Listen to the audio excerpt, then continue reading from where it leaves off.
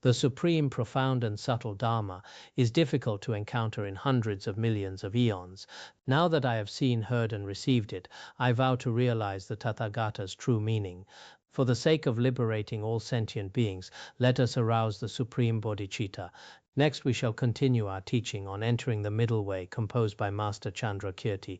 As we all know, this Entering the Middle Way is a very important work of prajna thought, a great treatise that elucidates the philosophy of transcendent wisdom. Regarding its author, as mentioned yesterday, he was a lineage disciple of the Bodhisattva Nagarjuna, the glorious great Bodhisattva Chandrakirti. Actually, there are many fascinating stories about the great Bodhisattva Chandrakirti. One of them took place when he was serving as an acharya at Nalanda Monastery. At that time, the armies of the Turkic tribes began to pose a threat. It was said that from a distance of about half a month's journey, the Turks had begun their advance, preparing to attack. At that moment, from the heart of the Dharma protector of Nalanda, a crow was manifested. This crow came before Master Chandrakirti and prayed to him, saying that this time he must stop those armies. Master Chandrakirti agreed, saying, "No problem, I should have a way." Furthermore, he requested those around him to create a lion made of stone. The craftsmen worked as quickly as possible to carve out a lion made of stone. By this time, it seemed the Turkic armies had reached a place about 15 yojanas away. They had come very, very close. At this point, Chandrakirti requested the Buddhist followers to perform the consecration for the stone lion, offering prayers and supplications. He also allowed the non-Buddhists to seek blessings through prayers to Maheshvara. Then he himself took up his Zen staff, a staff made of sandalwood, and began to strike the head of the stone lion. Upon the first strike, even though it was made of stone, it began to roll its eyes. Upon the second strike, its green mane began to vibrate and shake. Upon the third strike, the lion began to leap and let out a great lion's roar. Shortly thereafter, when the Turkic armies approached the vicinity of the monastery, that stone lion went into battle against them. During the battle, not a single person was harmed, yet the victory was won very smoothly. At that time, the reigning king, named Great Strength, personally witnessed the entire process. Upon seeing this, he offered great praise, saying, "By the power of the glorious venerable Chandrakirti, he drives the mighty stone lion." Though the great Turkic army retreated, they did so without death or injury. How truly rare! He used such a verse to offer his praise. At that moment, some of the monks present thought it was due to their own power of blessings or the result of their consecration and prayers. However, when they tried to perform further blessings or prayers, the stone lion vanished into the ground. Later, the great Acharya of Nalanda said, "This was not the blessing or power of the assembly. It was manifested through the inconceivable Dharma power of Master Chandrakirti." From this account, we can see that Master Chandrakirti was actually a great Mahasiddha. Not only was he an extraordinary treatise master of the Sutrayana, but he was also a great accomplished master. He relied on various feats that are difficult for ordinary people to achieve to bring others to submission, overcoming various external attacks or hardships. Therefore, we practitioners of the middle way often pray to him, because every master, when explaining the Entering the Middle Way, includes different verses of praise at the beginning. Everyone uses these verses to pray to Master Chandrakirti. Furthermore, our book contains the sacred image of Master Chandrakirti. You can print it out yourselves. While studying the Middle Way and the Entering the Middle Way, on one hand, it can serve as an object of your prayers, and on the other hand, you can see for yourselves whether you can finally understand through this book the essence of the Buddha's prajna thought. So in the process of learning, generally, a worldly person or certain people in the world might only seek to understand the theory. But we must not only master the theory, we must further see if its meaning can merge into our own mental continua, so that we may truly awaken to the non-dual wisdom of the middle way, the significance of this non-dual wisdom. This is the goal we seek to achieve. In our previous lesson, we said that regarding the first Bhumi Bodhisattva, we can infer invisible states from many visible behaviors. In other words, it is normally very difficult to recognize a first Bhumi Bodhisattva. But if a person can give away their own body without the slightest regret, this can actually be used to infer that this person has already attained the first Bhumi. This is a form of inference. Of course, we often say that regarding such inference, the Prasangika school relies on consequential reasons for demonstration, while the Svatantrika school relies on autonomous reasons. Usually, we use the three-mode reasoning to perform such inferences. Great masters like the omniscient Gorampa of the Sakya school also say that through the aforementioned inference, the Madhyamaka Prasangika, that is, Master Chandrakirti also accepts the autonomous syllogism on the level of conventional appearance. Because someone says he is a first Bhumi Bodhisattva, and why? Because he can give away his own body. Since he gives away his body, this is proven evidence of being a first Bhumi Bodhisattva. So there are such discussions in this regard. Furthermore, why is he able to give away his own body? In reality, it is because he has already realized selflessness. In the state of the first Bhumi Bodhisattva's selflessness, he does not have the same attachment to his body that we have now, the attachment held by ordinary beings, not only for a first Bhumi Bodhisattva, but even in the Vinaya Sutras. It is said that when an Arhat attains the selflessness of an Arhat, the fruition of the level of no more learning, while someone on one side offers sandalwood water as an offering of praise, and someone on the other side uses an axe to hack at his body, the Arhat can treat both with complete equanimity. In other words, those in the lesser vehicle who have attained the fruition of no more learning also possess such a state. So for one who has attained the first Bhumi, it goes without saying. And why is this the case? Because at the first Bhumi, all co-emergent grasping at a self is abandoned. According to our own school's view, co-emergent grasping at a self is abandoned at the first Bhumi. The afflictive obscurations of conceptually imputed self-grasping are only abandoned at the seventh Bhumi.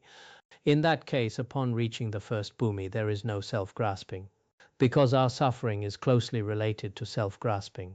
If this view of the transitory collection Satkaya Drishti is abandoned, then the grasping at me does not exist. Furthermore, when one attains the first Bhumi, all his physical sensations are entirely blissful. Our sensations include pleasure, pain, and also sensations that are neither painful nor pleasant. So, as stated in the relevant sutras and treatises, this is why a first Bhumi Bodhisattva gives away his own body, whereas for us, let alone giving away our bodies, even if someone says a single word to us, or if our hand comes into contact with even a tiny flame, it burns terribly and is exceptionally painful. These facts primarily show that we ordinary beings have not yet fully realized the state of selflessness. So here everyone should be able to understand. We hope that one day we will no longer be like ordinary beings, so fragile and in such pain within this samsara. Therefore, one should first put effort into this area. Now we begin today's teaching on the entering the middle way, focusing primarily on the first Bhumi Bodhisattva's second topical outline, the praise of generosity. The praise of generosity is divided into the actual praise and the principle of generosity praised by the respect of all bodhisattvas. It is divided into these two parts. First, the actual praise, the praise of the generosity of those with inferior capacity, and the praise of the generosity of bodhisattvas. And finally, a conclusion after such praise. It is divided into these three parts. First, the praise of the generosity of those with inferior capacity is also divided into two parts. The reason why those with inferior capacity need generosity, and the merits of generosity. Inferior capacity here refers primarily not to great bodhisattvas, but to our ordinary worldly people, or Shravakas and Pratyeka Buddhas, sentient beings of that nature. So what is their generosity actually like?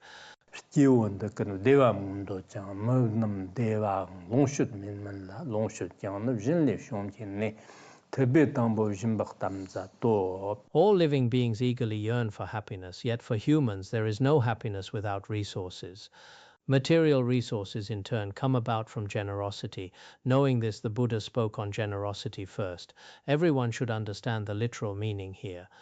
Generally speaking, above the fourth dhyana, there are no painful sensations, otherwise everyone has a yearning for true happiness. Among the three realms, the vast majority are ordinary beings with inverted minds. Now every ordinary being is seeking happiness, whether it's an ant on the ground, an earthworm in the soil, or all the beasts and birds in the world. Many sentient beings, including animals, are seeking peace and happiness. But such peace and happiness do not come without a cause.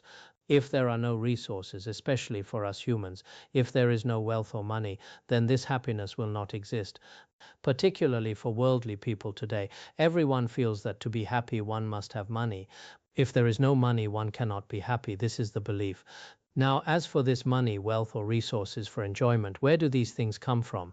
In reality, one must know that all the wealth we possess now is the result of giving in this life or in the past. Only then does one have this merit in this life. So nowadays, whether they are Easterners or Westerners, everyone loves money and wealth.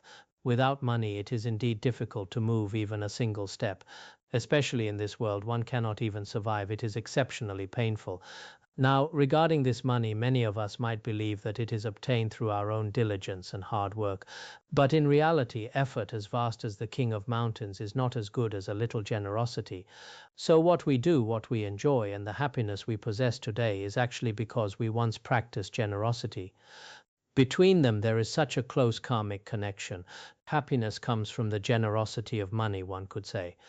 These come from the generosity of money. Therefore, the great compassionate Buddha Shakyamuni, in the relevant sutras among all the 6 paramitas, first praised the paramita of generosity. When we speak of the 6 periods and 10,000 practices, we start with generosity. The teachings on generosity, the principles of generosity, it is through generosity that one enters the others, including discipline, patience, meditative concentration, and the other paramitas. So we all should understand, on one hand, why is generosity taught first among the 6? Generosity is relatively easy. In comparison, discipline and patience become increasingly difficult as they progress, while the earlier ones are simpler. That is one sequence. Another sequence is, in this human world, people desire to enjoy happiness. To enjoy happiness, one needs wealth. And wealth requires generosity. Therefore, what must we understand here?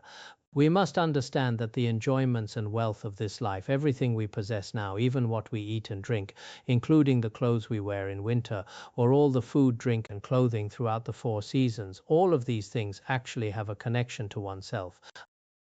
I once practiced generosity. This is an unchangeable karmic connection. In this life, such a fruition has manifested. Otherwise, it would be very difficult for us. For instance, I once provided student aid. At that time, there were over 200 students. I requested that each of them say thank you to me. But regarding those students, at that time, the aid was distributed to each student. Some received 4,000, some 7,000. Everyone received it. I said, on one hand, it's not that I need the fame or those 2 words, thank you, but within your own heart, you must plant a virtuous root.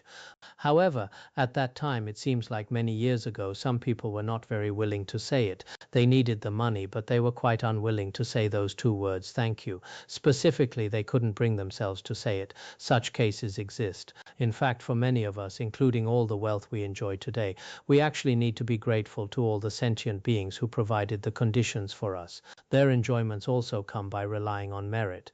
Now, when we enjoy things in this life, just as was said earlier, we must also maintain them through the conduct and dedication of Samantabhadra's great aspirations. This is very important. So here we should understand this is the reason why the Buddha spoke of generosity first. Next, the merits of generosity are divided into 2 aspects. One is obtaining the happiness within samsara through generosity, and the other is relying on generosity to obtain the happiness of supramundane nirvana. Even for ordinary beings or those of the lesser vehicle, generosity is very important. These 2 points are the main focus.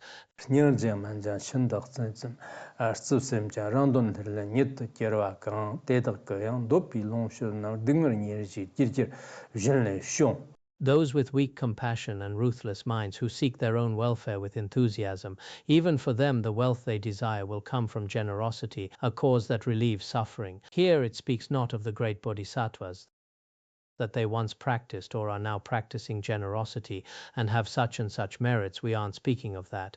No matter what a person's status is, even if the person is not very good, lacks faith in the 3 jewels, and lacks compassion for sentient beings, even if their mind is quite coarse, stubborn, and difficult to transform, with heavy resentment and a focus solely on selfish interest, never having a mind for benefiting others. Take, for example, certain worldly merchants.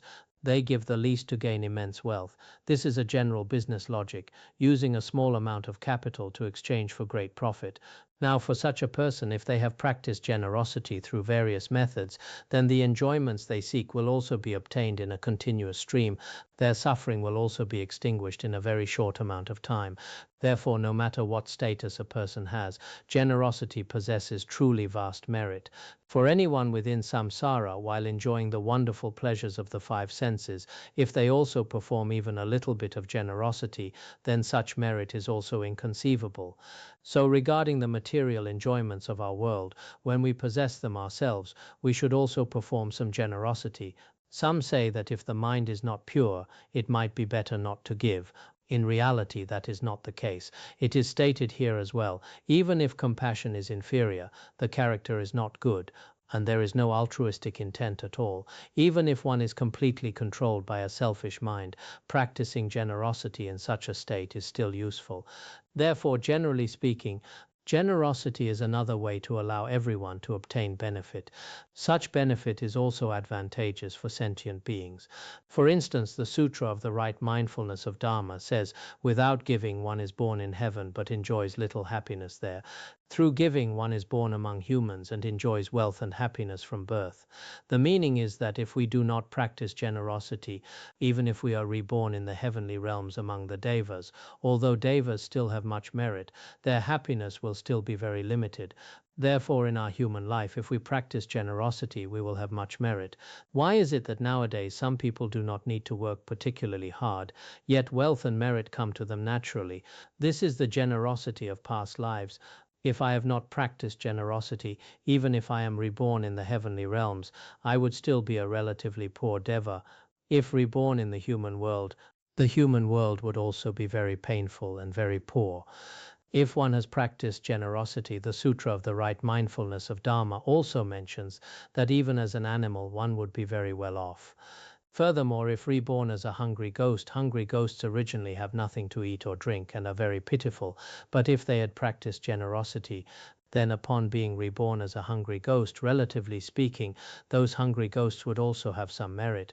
So in our world, everyone should understand this generosity is indeed very important. If we have material wealth, we should perform some material generosity. If we have the ability to perform the gift of Dharma, that is also very good. Of course, in this treatise, the focus here is primarily on material generosity, because this is the paramita of generosity. When the perfection of giving is taught, it is primarily the first Bhumi Bodhisattva who is discussed regarding generosity. Now, does a first Bhumi Bodhisattva possess the other 6 paramitas? The other 6 paramitas are also present. For example, a first Bhumi Bodhisattva must practice giving, discipline, patience, and so forth. All the other paramitas must be cultivated, but here it is highlighted the merits of generosity are presented as the primary focus. So here, even if reborn within samsara, those who practice generosity will obtain happiness. In our world, we can also see that this karma is inconceivable. For instance, among those confined in prison, if they practice generosity before and have their own merit, their food and clothing will be very good. Even if you hold a high position or something similar and appear to be quite well off in some respects, if you didn't practice generosity before, you will often be short on funds and in a state of distress. Such phenomena are quite common. Therefore, performing generosity is extremely meaningful. This applies to those whose minds are generally inferior, who have bad tempers, poor character, and no faith. Even for such people, practicing generosity is still meaningful.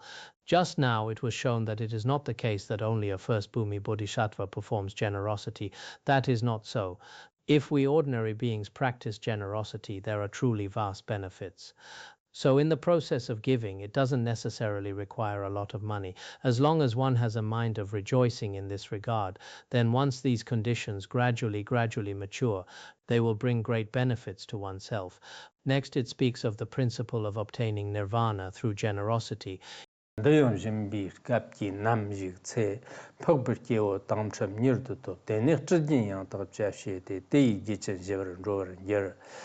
Indeed, it is through the practice of generosity that he will swiftly at some point meet the Aryas. He will then cut clean the continuum of cyclic existence, and as a result he will journey to the state of peace. This means that if we give for those who engage in the practice of generosity, even if it's generosity for self-benefit, ultimately they will have many opportunities for achievement. Indeed, it is through the practice of generosity here, even for Shravakas and Pratyeka Buddhas who lack compassion, or for certain ordinary beings when they perform generosity, actually when you give, it's not necessarily the case that you will obtain the fruition in a very short amount of time. But while you are giving, you might encounter some noble ones. In the process of giving, one might encounter those who indeed possess realization. Initially, it was giving for selfish reasons, but in the process of giving, you then encounter noble ones or practitioners who possess realization. Encountering these noble ones in a very short amount of time, this is also a natural law, encountering noble ones. In fact, I feel that for us, for example, if we set our minds on building a school or doing something, it seems that benefactors often appear. For instance, at the beginning, there might be nothing. I want to build a shrine, I want to craft a Buddha statue. In such cases, many people, perhaps at the start, they have nothing on hand, but later it seems they suddenly appear. There was once a Dharma master who was building some structures in a certain place. At the beginning, there was no money, but he made that aspiration. Later, it seemed that originally that place was quite remote regarding that construction. In many respects, many karmically connected people suddenly appeared. So this is a kind of natural law. For example, when someone makes a certain aspiration, it seems a benefactor also emerges. Or if a benefactor wants to make some offerings or do something significant, it seems karmically connected practitioners will also appear. As is said in the Sutra of the Supreme King of Mahayana, because of practicing constant giving, one is called a donor, Shishu. We often say donor, donor. What kind of donor? One who practices generosity and virtuous dharma long term. This is called a donor. With generosity as the primary focus, we call them donors. Furthermore, in the process of propagating the Buddha Dharma, just as is said in the dedication chapter of the Way of the Bodhisattva, does it not say, may the high monks and great masters live long in the world, may the donors also have their lives extended, and so forth. Therefore, the propagation of Buddhism, or its enduring presence, also requires the strenuous support of many people, including now in this Dharma-ending age, whether it be a practice center, a monastery, or the monastics, many conditions must be fulfilled. However, such conditions need not be excessively extravagant or luxurious, specifically being too extravagant. This is something that a practice center, a monastic, or the Sangha cannot pursue. If you pursue things in this area, your essential nature is already lost. But basic survival, especially in this day and age, probably requires many people. Some have ability, they rely on that ability to help propagate the Buddha Dharma. Some have ability in terms of money, some might have power or possess their own other resources. Only when all these resources are provided does the Buddha Dharma have the opportunity to remain long in the world. So here it is also mentioned, when one personally practices generosity, one will quickly encounter very extraordinary noble ones. These noble ones will provide refuge and teach the Dharma to the donor. After the Dharma is taught, the person begins to practice the true path. After practicing, they can also forever sever those obstacles within the three realms of samsara, the three existences. Gradually, they proceed toward the fruition of cessation. The cessation here refers primarily to the Arhats, or the Shravakas and Pratyeka Buddhas. The fruition in that regard, the fruition of a noble one. Previously, it seems in the biography of Patrul Rinpoche, was it not mentioned? Sometimes he could recall many past lives. Once when a certain venerable Krishnacharya appeared, he offered a golden bracelet. Because of this reason, in life after life thereafter, he never encountered poverty. It seems Patrul Rinpoche has this in his biography. So perhaps for some who make sincere aspirations and encounter some true noble ones or the Sangha, well, I feel that for offering wealth, the Sangha is relatively more reliable. As for those other so-called noble ones, if they truly bring benefit to sentient beings, it's fine. But otherwise, I feel that making offerings to the Sangha is perhaps better. No matter what, those who practice generosity will later encounter very good conditions, and then they will practice well themselves. Finally, although living in the human world, they also sever the stream of the three existences and ultimately obtain the fruition of cessation. This describes how even general inferior generosity also possesses great merit. Next, at the second point, the praise of the generosity of bodhisattvas.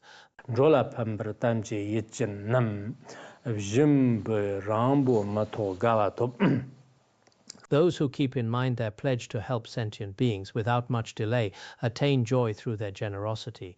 Ordinary beings might not experience the fruits of their generosity immediately, but for those bodhisattvas who vow to benefit sentient beings, the purpose of their generosity is not to get something back for themselves. They do not seek any return at all. As we all know, if a worldly person makes an investment, they calculate how much money they invest and how much return they get. That is their efficiency, that is their objective. Without such a return, investment is impossible. One wouldn't simply give to everyone for no reason. That is impossible for them. But the purpose of a bodhisattva's generosity, their initial intent, is never about what they can get for themselves. It must be that they want sentient beings to obtain benefit. Therefore, when he practices generosity, if the other party is satisfied, whether it be a beggar or someone in need of help, if that person is content in their heart, then the bodhisattva is exceptionally joyful. In our world, we often talk about this. For instance, in business, one seeks economic benefits. I invest a certain amount, and I must recoup the cost and gain a certain profit on top of that. This is economic efficiency. But regarding social efficiency, suppose I build a school.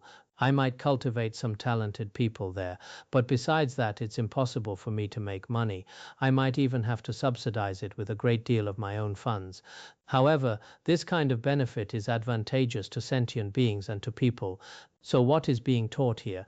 If a bodhisattva practices generosity, he is not like a worldly person. For us worldly people, if we perform an act of giving, suppose it is to a very pitiful person, I give to him, and after a while, once he has grown up, I might wait and see if he can repay me. One is constantly waiting for this. But as for a bodhisattva, he does not seek any return at all. Why? Because his objective, his original intent, is to help others and let them obtain benefit. If the other person is joyful, your objective has already been achieved. Therefore, everyone should understand. Sometimes when we give, we should look at whether the other party has obtained benefit. If they have obtained benefit, that is what the bodhisattva wants. It is not that the bodhisattva wants the person to get well and then later, when they grow up, to repay you twofold before you feel that the act was worthwhile. Actually, it is not like that at all. Among us worldly people, for example, including what is said in some movies nowadays, someone might say, I have given my all for 8 or 10 years in this relationship, and now it has all come to nothing. I have nothing left. So many years of my life have been wasted, and they complain incessantly. But if it were a bodhisattva, while I was with that person, if they were happy and joyful, then I am content. I haven't gained anything now, but through my life I made you happy for 10 years or 5 years. That is a need. As a bodhisattva, that is what is needed. For a worldly person, this would certainly not work. If you are happy, I should be happy forever. If I am not happy, then I have lost out. I've wasted my life, and then they start to settle the score with you. So sometimes the calculations of a bodhisattva are completely different from those of an ordinary person. Furthermore, the calculations of an ordinary person must result in a victory for self-interest. As for the benefits brought to others, they don't really count those. And if the other person has also made sacrifices, they don't really count those either. So regarding the interactions in the world, whether it be mutual exchanges or mutual sacrifices, we can look at it this way. Even a merchant, regarding his own losses or the amount invested, the return he receives must be a double profit. If he hasn't made a profit, he is unhappy in his heart. But a bodhisattva is not like that. As long as the other person obtains benefit, even if you fail, even if you lose, even if you have sacrificed a great deal and haven't even recovered your costs, as long as there is even a tiny benefit for the other party, it is worth it, it is acceptable. This is the reason for praising the generosity of bodhisattvas. Next is the conclusion of the praise, the third point, the conclusion of these praises.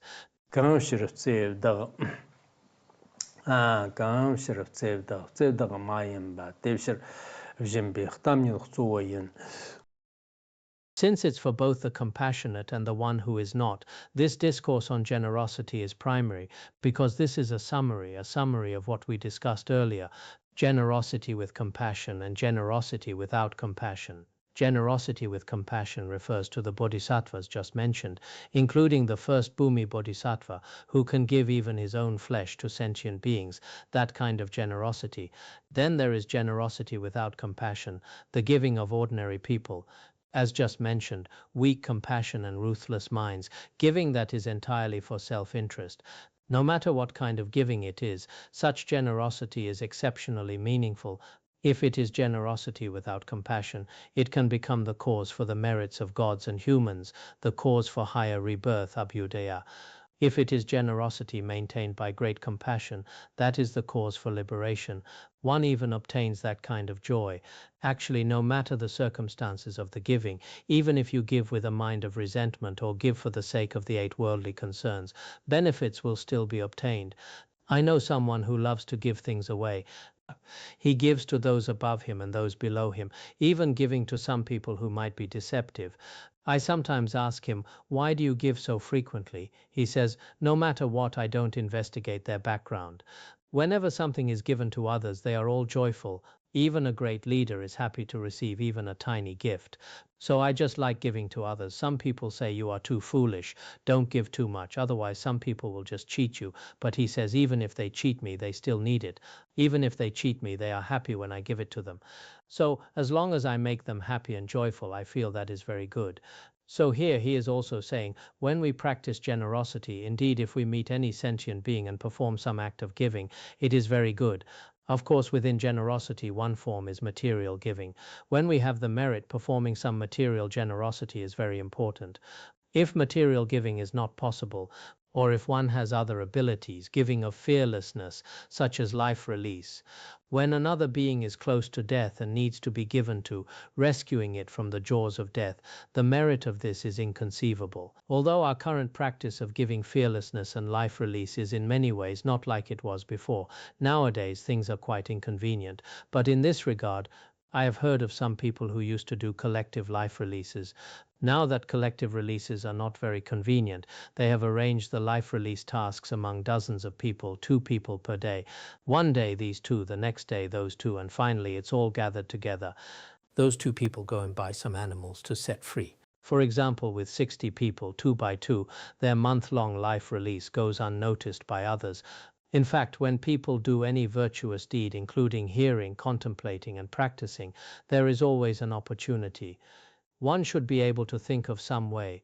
This is giving fearlessness, which is also very important. And then giving of Dharma is indeed very important. Especially in this current age, the gift of Dharma is crucial, including monastics, if they can teach the sutras and explain the Dharma. Of course, that is excellent if they have the opportunity. Even if someone is not a monastic but a lay practitioner who truly understands some Buddhist principles, even just chatting with everyone. Aren't many people nowadays, streamers or influencers, getting famous for all kinds of messy things? It would be better if we spoke some truth, spoke of truth, goodness, and beauty, and those principles related to the Buddha Dharma. If you speak them, it's the same. This time you can occupy it. Whether this time and space are occupied by Mara or by the Buddha depends on us Buddhists. In fact, teaching the Dharma shouldn't be seen as the job of just a few Khenpos, as if for their whole lives only those few were appointed, sent by God to teach the Dharma, and that we have no such responsibility. Actually, that kind of thinking is wrong. For those of us who have studied the Mahayana Dharma, everyone should, through various ways, explain what they have understood to others, to help others resolve their confusion and remove their doubts. I feel this is very important. If we do this, do the Mahayana Sutras not say frequently, if a person offers the 7 jewels to countless Buddhas throughout the 3,000-fold world system, the merit is of course vast. Of course it is very vast. Yet compared to that, if a person takes a single verse of the Mahayana and explains it to others, the merit is many times greater than the former. It is always stated this way. So even if it is just sharing one verse a day with others, that is also exceptionally meaningful. However, many people nowadays are quite strange. It seems they are not ashamed to talk about all sorts of messy and nonsensical things online. That is seen as a normal thing, but when it involves the Buddha Dharma, some are far too timid, some simply do not dare to speak. This involves the Buddha Dharma. How could I dare to speak of it? You dare to use all kinds of language involving greed, anger, and ignorance, yet regarding these matters of the Dharma, things so pure and so meaningful, why can't you discuss them? Therefore, I believe the gift of Dharma is also very important. We also hope that many people will, on one hand, engage in lifelong learning themselves, and on the other hand, when the opportunity arises, try their best to proclaim it to others. The person who transmits the Buddha Dharma is not necessarily designated such that only a Khenpo can speak. It's not as if he is an AI programmed solely for teaching, while no one else could be set to do so. It is not like that at all. So every single person has a responsibility. Every person has this kind of altruistic mind. If that is the case, since the capacities of sentient beings are varied and diverse, many people can then obtain benefit. Next, we discuss the principle of how to give with respect. This refers to the meaning of the Bodhisattva being exceptionally joyful regarding generosity.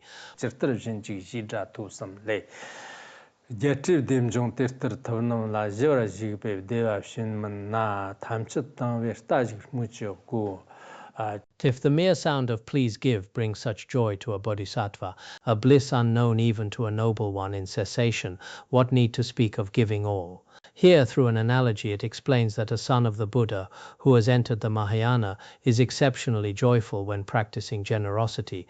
What kind of joy is it? He explains here, if a son of the Buddha, one who has generated bodhicitta, hears the voice of someone seeking a gift, for example, a beggar comes to your door, knocks, or calls your name, could you give me a little something to eat, a little something to drink, a little bit of clothing? When language such as this reaches your ears, as a son of the Buddha of the Mahayana, the moment he hears this sound, a sense of joy and happiness naturally arises within his heart, because as a bodhisattva practicing the Mahayana, it is sometimes very difficult to even hear the voice of someone requesting a gift. Therefore, when he does hear such a sound, he is very, very joyful. What kind of joy is it? This joy of his is described through an analogy. It is like a noble one entering cessation. When a noble Arhat enters the meditative absorption of cessation, there is no happiness in the world that matches it. Because upon entering the absorption of cessation, all suffering is absent, and within one's own realization there is exceptional bliss. Yet even that bliss is incomparable to this. Perhaps for some people it is not like this at all. Not only are they not joyful, they even give rise to immense resentment. When someone seeks a gift, you've come again, you were here the other day and you're back today. How did you get here? After hearing it, they are particularly displeased and unhappy. Upon seeing the person, they are also quite repulsed. Such situations may occur, but for a son of the Buddha, a bodhisattva who has truly generated Mahayana bodhicitta, when he hears the voice of someone in need of generosity, at that moment, far from being repulsed, he is exceptionally joyful. This joy is such that the pleasures of our world have no way to compare to it. Therefore, if merely hearing the sound of a plea for help brings such joy, then if one uses one's own body, speech and mind to give everything and anything to others, that joy goes without saying. If just hearing someone's cry for help makes you that joyful, then if you have the chance to personally participate, personally give and personally benefit sentient beings, that joy is difficult to describe with language. Previously in the Maharatnakuta Sutra, it was also told that there was a donor whose only son, his child, had gone missing. Many years after the disappearance, the child was found. When he found him, he was very, very joyful. The Buddha said in that sutra, when a bodhisattva sees a beggar, his heart is filled with great joy. Compared to the joy of that elder, the elder's joy does not equal 1/16 of the bodhisattva's. It says that when a bodhisattva sees a beggar, a person seeking alms, the great joy in his heart is such that the joy of the elder finding his child cannot compare even to a 16th part of it. This kind of joy is very difficult to explain. So here it primarily speaks of how a bodhisattva indeed possesses a natural altruistic mind and is very, very joyful. You may have seen this before. When Shakyamuni Buddha was on the path of learning, every time he gave his head, eyes, brain or marrow, he was always joyful. Actually, from our perspective as followers, those instances during the Buddha's path of learning where a very ugly and wicked Brahmin comes to ask for his son, ask for his daughter, ask for his elephant and even ask for his wife, it seems particularly repulsive and excessive. First he wants this, then he wants that. We would likely be exceptionally annoyed. But for a bodhisattva, giving all that he has to sentient beings is a form of joy. So in our current society, many values are certainly not the same. But being different is also normal because we are ordinary beings. However, this state of a bodhisattva is something we might not be able to accept all at once. We feel we must engage in self-improvement and self-protection. Why be like that? Of course, for now, you can keep your attitude as it is. But in reality, such a selfish mind actually causes us to enter further into suffering, unable to extricate ourselves. It does not necessarily bring great benefit. Next, it speaks of performing generosity after such respect. Here, if one is very respectful toward generosity, one can perform acts of giving. Of course, regarding this performance of giving, it refers to those who have not necessarily attained the bhumis. For those who have not attained the bhumis, when they give, their generosity is such that they can endure it. He uses the giving of one's own body as an analogy. Liebjeder terejang dakkar dungar ki jandag nam ki nyara laso per dungar rang nyitam thonen tepchid shabshir nyitam sonri som. Cutting his body and giving it away, he sees from his own pain the pain of others, such as their birth in the hells, as if he were undergoing these situations himself. Thus swiftly he strives to cut away all their pain. There are some discussions on this in the debating courtyards, but today we will explain it literally. The meaning is that for those who have not attained a higher state, including bodhisattvas of the Mahayana mind, dwelling on the path of accumulation or the path of preparation, these bodhisattvas who have generated the Mahayana resolve, they also possess an exceptionally strong compassion. They will also cut their own flesh, just like Dharmarakshita mentioned earlier. Though an ordinary being, they cut their own flesh, including many donations in society today, cutting one's own. For example, donating a kidney or a liver, donating many organs of the body or the eyes. Such things exist. Some are done after death, some while still living. Now, for these people, their altruistic mind is actually very strong. He cuts the flesh of his own body and gives it to other sentient beings. When giving to other sentient beings, if he is a practitioner of the Mahayana resolve, how does he give it? He actually observes the suffering of the hells. Today I cut my own organs to give to sentient beings. While giving to others, the physical pain of cutting is excruciating. If it is exceptionally painful, how will he visualize? Wow, if the flesh of my own body is cut like this, it is extremely painful. But now, besides me, there are countless sentient beings in the hells currently suffering.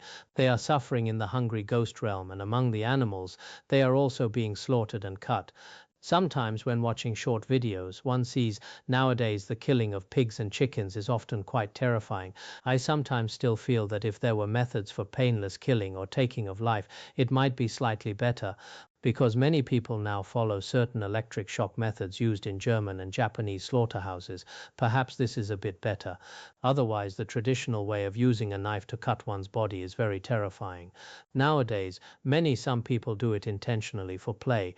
Some might do it on purpose. For example, 2 or 3 people tie a person up, press them onto a wooden block like a pig being slaughtered. One person pretends to cut his throat, and some red liquid starts to flow nearby. The person begins to scream loudly, "Arg!" Actually, on one hand, this is a human mimicking someone else, but if a person were truly treated like a slaughtered pig, did these methods of cutting the body not exist in ancient times? If your throat were cut like that, what would that feeling be like? Everyone should be able to infer it. Therefore, for one who has generated the bodhicitta, they are able to give away their own body. At the same time as they are giving their body, they visualize the suffering in the hells, what it is like. Since other sentient beings are in such pain, then my cutting away a little flesh is nothing. He feels that his own suffering is extremely slight. Sometimes we undergo surgery ourselves. At that time we can think to ourselves, I hope that through this cutting of my flesh, of course nowadays there's no need to endure it. I have personally had many surgeries, and they all involve anesthesia. At those times one is simply unaware, but at the very beginning one should make an aspiration, thinking, today I shall perform the generosity of the body. One can recite some verses. For instance, a while ago when they were giving me acupuncture, the needles were pricked into my body like grass growing. So many silver needles, a whole large pack of them, and then prick, prick, prick. At first I visualized the suffering of sentient beings, but as soon as the needles went in, I forgot the pain came immediately. However, we should try our best to observe our physical pain. Although we cannot cut our own flesh to give to others, we can take on suffering to represent theirs. To sever all the suffering within the 3 realms of samsara, one should also diligently dedicate the merit and practice. The way of the Bodhisattva also says, if one feels compassion for the suffering of others, how could one's own suffering increase? If one is constantly thinking of the suffering of others, it seems that one's own pain no longer counts as pain. This is a very good method for alleviating suffering. If we truly do not hold on to our own suffering with such intense attachment, and instead show great concern for the suffering of others, this becomes a powerful and steadfast motivation. Thinking this way can stimulate the potential for great compassion within our mental continua. Great compassion is naturally drawn out. In this way, through our own physical pain, we can understand the suffering of others. Conversely, when we observe the suffering of others, it seems our own pain is actually lessened. In fact, every time we encounter these various sufferings in our lives, the moment we think of this, this is nothing, there are others suffering much more. Because many people nowadays compare themselves upwards, I should stop comparing upwards and start comparing downwards. For instance, among my classmates, many who are above me are my idols. While I might not catch up to those above, I am not as good as those above, but better than those below. At that moment, one's own suffering suddenly begins to diminish. Therefore, if one observes the suffering of others, one's own pain should indeed decrease. So in the past, Bodhisattva Nagarjuna also gave up his body. What was said, the meaning is that for a bodhisattva there is no physical pain and no mental pain. Why? Because once the bhumas are attained, both physical and mental pain are gone.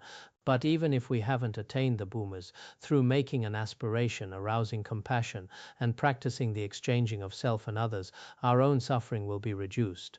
One reduces pain through compassion, or reduces pain through the practice of emptiness. Generally speaking, within this human world at present, many sentient beings are in great pain. Practicing according to the Mahayana methods can lessen the suffering of others and also lessen one's own suffering.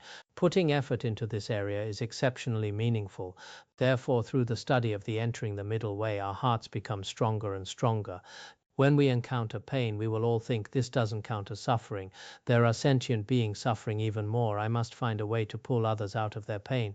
At that moment, it becomes exceptionally meaningful for your entire life. All right, that is all for today's teaching.